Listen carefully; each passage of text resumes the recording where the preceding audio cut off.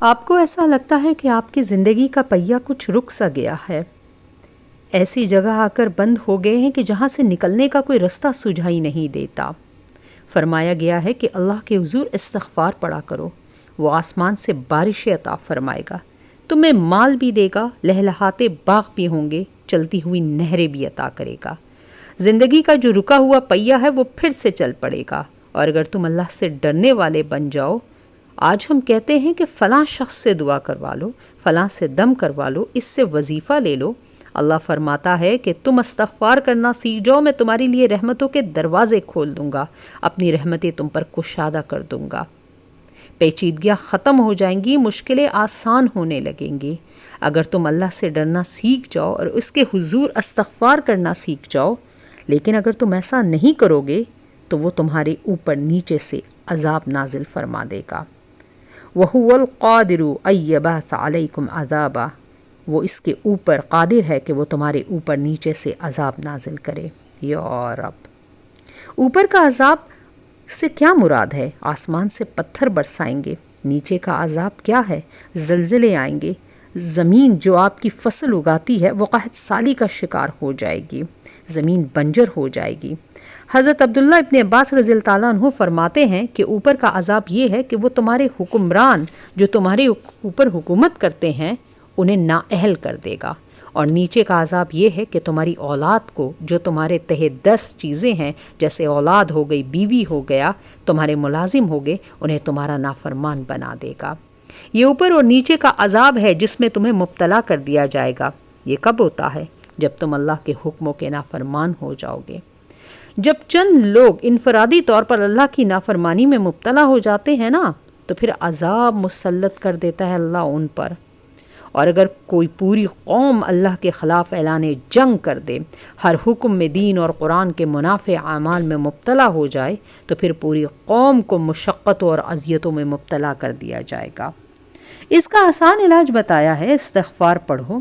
حضرت نوح علیہ السلام نے اپنی قوم سے کہا کہ تمہیں مال بھی ملے گا، تمہیں دولت بھی ملے گی، تمہیں بیٹے بھی ملیں گے، سرسبز باغات اور کھیتیاں ملیں گی، ان کی شاخیں پھلوں سے لدی ہوئی ہوں گی، چلتی ہوئی نہریں، باران رحمت، بارش کے موسم، اور خوبصورت تمہیں ایسا ویدر نصیب فرمائے گا کہ تمہارے لیے سب کچھ ہرا بھرا ہو جائے گا۔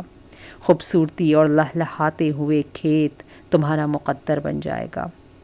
اوپر اللہ تعالیٰ کی ہر قسم عنایات تمہاری ہوں گی، اور اگر تم توبہ کرنے والے اور استغفار کثرت سے کرنے والے بن جاؤ اور اللہ سے ڈرنے کا جو حق ہے اسے صحیح طور پر ادا کر دو، تو وہ تمہیں خوشحال اور خوبصورت زندگی عطا کر دے گا۔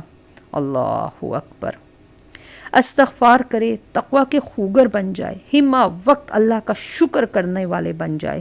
جو شکر کرتے ہیں تو اللہ ان کی نعمتوں میں مزید اضافہ فرما دیتا ہے، دنیا میں بھی اور آخرت میں بھی۔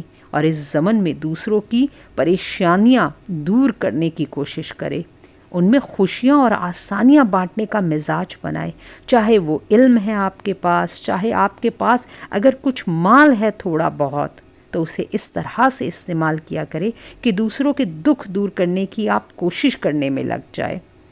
جب آپ بانٹنا شروع کریں گے نا تو اللہ رب العزت آپ کو عطا کرنا شروع کر دے گا۔ یہ بات ہو ہی نہیں سکتی کہ انسان زندگی میں مشکلات نہیں ہوں گی۔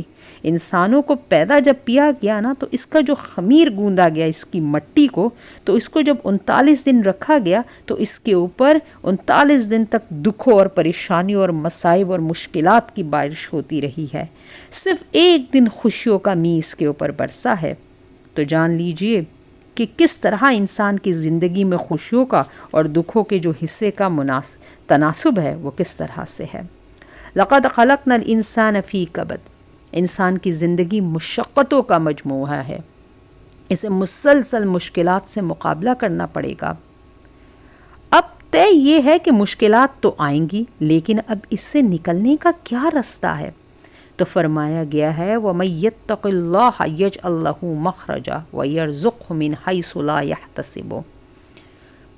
ترجمہ ہے، اور اللہ سے ڈرنے والا بن جاؤ تو اللہ اس کے لیے مشکلات سے نکالنے کے دروازے کھول دے گا اور اس شخص کو وہاں سے جو اللہ سے ڈرتا ہے رزق عطا فرمائے گا جہاں سے اس کا گمان بھی نہ ہو۔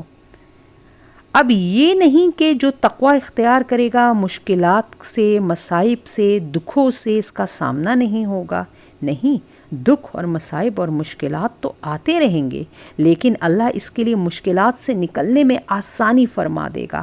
اور دوسری بات، اللہ اسے وہاں سے رزق دے گا جہاں سے اسے گمان بھی نہ ہوگا کہ یہاں سے بھی اس کے رزق کا وسیلہ بن سکتا تھا۔ بندہ کہتا ہے کہ نہ مجھے یہاں سے رزق ملے گا، وہاں سے مجھے رزق ملے گا، تو وہ رزق کے حصول میں مارا مارا پھرتا ہے۔ تو اللہ با اختیار ہے، وہ آپ کو ایسا نواز دیتا ہے نا، جب آپ اس سے ڈرنے کا جو حق ہے اسے ادا کر دیتا ہے۔ اللہ تمہارے قدموں میں دنیا و جہان کی بادشاہت، تخت و تاج ڈھیر کر دیں گے۔ حضرت عمر رضی اللہ تعالیٰ عنہ کی خدمت میں ایک شخص آیا اور اس نے کہا کہ میری اولاد نہیں ہے۔ آپ رضی اللہ تعالیٰ عنہ نے فرمایا کہ استغفار پڑھو۔ دوسرا شخص آیا کہ ہمارے ہاں قحط ہے، فصل سوکھ گئی ہے، کھانے کو کچھ نہیں ہے، تو آپ نے فرمایا استغفار پڑھو۔ ایسے ایک شخص آیا اور اس نے کہا کہ ہمارے لیے بہت ہی زیادہ دکھوں کے دروازے کھل گئے ہیں اور ہم اپنی افرادی قوت کو کھو چکے ہیں، تو آپ نے ان سے کہا کہ استغفار پڑھو۔ وہ تینوں شخص چلے گئے۔ پاس بیٹھے ایک صحابی نے کہا کہ یہ آپ نے کیا کیا؟ ہر ایک کو استغفار پڑھنے کو کہا۔ تو اس نے کہا کہ یہ میں نے تو نہیں کہا، یہ تو اللہ تعالیٰ کا فرمان ہے۔ تو اس نے کہا وہ کیسے؟ تو آپ نے فرمایا سورہ نوح میں اللہ تعالیٰ فرماتے ہیں فَقُلْتُ اسْتَغْفِرُوا رَبَّكُمْ إِنَّهُ كَانَ غَفَّارًا وَيُرْسِلَ السَّمَاءَ عَلَيْكُمْ مِدْرَارًا وَيُمْدِدْكُمْ بِأَمْوَالٍ وَبَنِينَ وَيَجْعَلْ لَكُمْ جَنَّاتٍ وَيَجْعَلْ لَكُمْ أَنْهَارًا۔ اگر تم استغفار کرنے والے بن جاؤ تو اللہ تعالیٰ تمہیں معاف فرما دیں گے، آسمان سے تمہارے اوپر بارشیں کریں گے، تمہیں مال سے نواز دیں گے اور تمہیں مالک بنا دیں گے کھیتیوں کا، اور تمہیں ایسی نہریں عطا کریں گے جو کہ چلتی ہوئی ہوں گی۔ تو بات صرف اتنی سی ہے کہ جو اللہ سے ڈرنے کا حق ہے اگر وہ ہم صحیح طرح سے ادا کر دے، ہم منہ سے تو زبانی بہت کہتے ہیں کہ ہمیں اللہ کا ڈر ہے، ہمیں اللہ کا خوف ہے، کیا میرے اور آپ کے شب و روز اللہ کے ڈر میں گزرتے ہیں؟ ہمارے روز کے جو کام ہے، جو اعمال ہے، کیا وہ اس بات کی گواہی اور ثبوت دیتے ہیں کہ اس میں اللہ کا ڈر اور خوف شامل ہے؟ کیا ہم ناپ تو پورا کرتے ہیں؟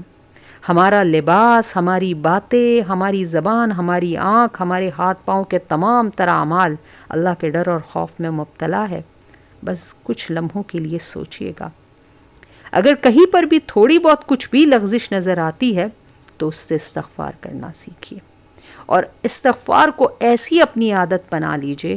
استغفار کیا ہے؟ آپ نے صرف اتنا ہی تو کہنا ہے، استغفر اللہ، استغفر اللہ، استغفر اللہ۔ آپ ایک سٹیپ اور آگے جانا چاہتے ہیں تو بولے استغفر اللہ الذی لا الہ الا هو الحی القیوم واتوب الیہ۔ آپ تھوڑا سا اور اس کو بہتر بنانا چاہتے ہیں تو سید الاستغفار کو اپنے صبح اور شام کے اذکار میں شامل کر دیجئے۔ حضور اکرم صلی اللہ علیہ وسلم کا فرمان ہے کہ میں خود دن میں 70 مرتبہ استغفار پڑھتا ہوں، اور کچھ جگہ پر آیا ہے 100 مرتبہ۔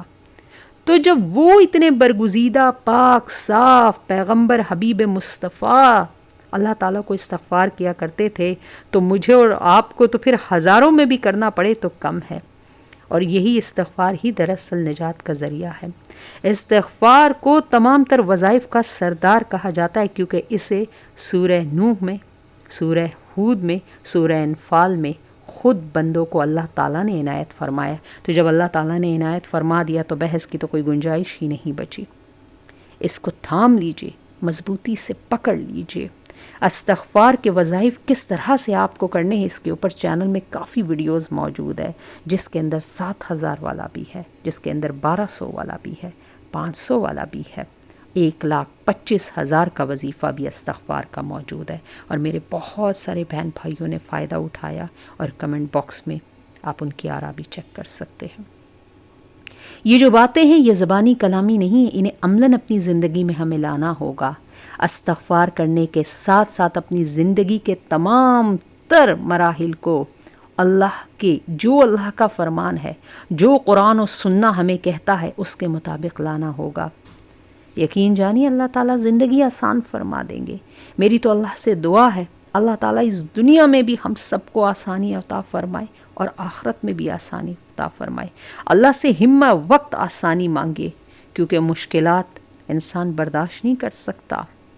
وہ بہت زیادہ تکلیف میں اگر آ جائے، سختی میں اگر آ جائے، تو اس کا جو ایمان کا لیول ہے، اللہ تعالیٰ ہمیں اس مرحلے سے بچائے۔ اللہ تعالیٰ دنیا اور آخرت دونوں کی آسانی عطا فرمائے، اور اللہ تعالیٰ اپنا شکر گزار بندہ عطا بنائے ہمیں۔ استغفار پڑھتے رہیے، ہر نماز کے بعد اول اور آخر 11 مرتبہ درود شریف پڑھنے کے بعد دن میں کم سے کم 1200 استغفار ضرور پڑھ لیا کرے۔ یقین جانیے اس استغفار کو پڑھنے سے سب سے پہلے جو چیز آپ کو اللہ تعالیٰ عطا کرے گا وہ آپ کے دل کا سکون ہے، قلب کا اطمینان ہے۔ اور جب یہ نصیب ہو جاتا ہے نا، تو پھر یہ جو آپ کا جو ہیجان مچا ہوا ہے نا، یہ کیا ہوگا، یہ کیسے ہوگا، یہ سب کیسے پورا ہوگا، وہ تمام تر فکرے اللہ تعالیٰ دور فرما دیتا ہے، اور غیب سے ایسی مدد فرماتا ہے، اور ان لوگوں کے ہاتھوں سے آپ کی مدد کرتا ہے کہ آپ نے تو سوچا بھی نہیں ہوا ہوتا ہے کہ یہاں سے ہو جائے گا۔ آپ کے تمام تر مشکل کام بننے پڑتے ہیں، آپ کو اللہ تعالیٰ عزتوں سے نوازتا ہے۔ یہ تو میرا اپنا عملاً تجربہ ہے۔ استغفار سے اللہ تعالیٰ آپ کی جو دنیا کی جو مخلوق ہے نا، اس کے اندر آپ کو عزت دے دیتا ہے۔ ہر شخص آپ کو احترام کی نگاہ سے دیکھتا ہے، آپ کی بات کا مان رکھا جاتا ہے۔ بس صرف اسے پڑھنے والے بن جاؤ، تقوی اختیار کر لو، قرآن و سنت کے اوپر آ جاؤ، استغفار کو مضبوطی سے تھامے رکھو۔ اس کے ساتھ آپ سے ریکویسٹ ہے، میرے وہ بہن بھائی جنہیں نیچرل پریگننسی کنسیو کرنے میں کسی بھی قسم کی پرابلم ہو، تو جو آپ دیکھ رہے ہیں کہ ٹیگ چل رہا ہے، دیے ہوئے نمبر پر آپ نہ صرف اپنی اپوائنٹمنٹ لے سکتے ہیں بلکہ پریگننسی کامبو پیک اپنا آرڈر بھی کروا سکتے ہیں۔